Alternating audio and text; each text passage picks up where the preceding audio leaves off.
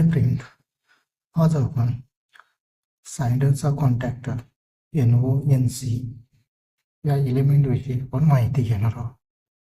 पहिला आपण सायडरचा कॉन्टॅक्टर विषयी माहिती घेऊ.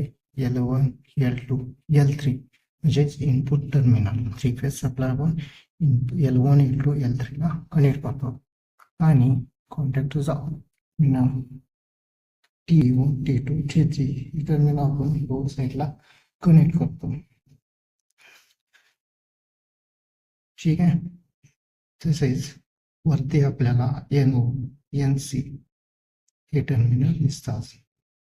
तसेच इथं N1 खालच्या साईडला NO हे एक सर्किट आहे, म्हणजे काय NC 21 आणि 22 ही NC आहे.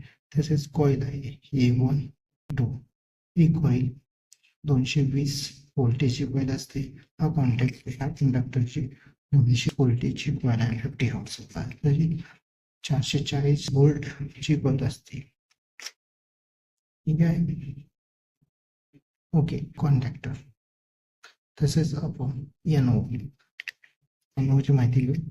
NO आहे नॉर्मली ओपन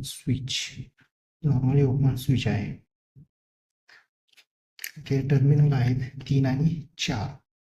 3 ला आपण सप्लाय दिला, 3 ला सप्लाय दिला तर 4 ला आपल्याला आउटपुट मिळतो सप्लाय. ठीक आहे. आपण हे प्रेस केलं, बघा हात वर्किंग होतं, हे रॉड हात बाहेर लागतो. ठीक आहे. कनेक्ट होतो 3 आणि 4 ला.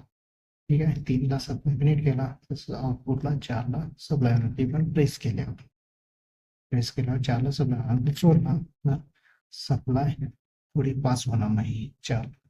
ठीक आहे. Normally open switch. तसेच आहे NC नॉर्मली क्लोज्ड स्विच. इथं बघा टर्मिनल काय 1 आणि 2, म्हणजे एक नंबर टर्मिनलला आपण सप्लाय दिला तर 2 नंबरला सप्लाय मिळतो. आता वेळ नॉर्मली क्लोज सर्किट आहे, नॉर्मली क्लोज आहे. म्हणजे आपण प्रेस केला ऑपरेट करू आहे का. ठीक आहे. म्हणजे आपण प्रेस केला त्यावेळी 2 नंबरला सप्लाय मिळणार, म्हणजे काय हे सर्किट ओपन होणार. आणि सोडला की सप्लाय आपण 2 नंबर नॉर्मली क्लोज स्विच आहे. ठीक आहे.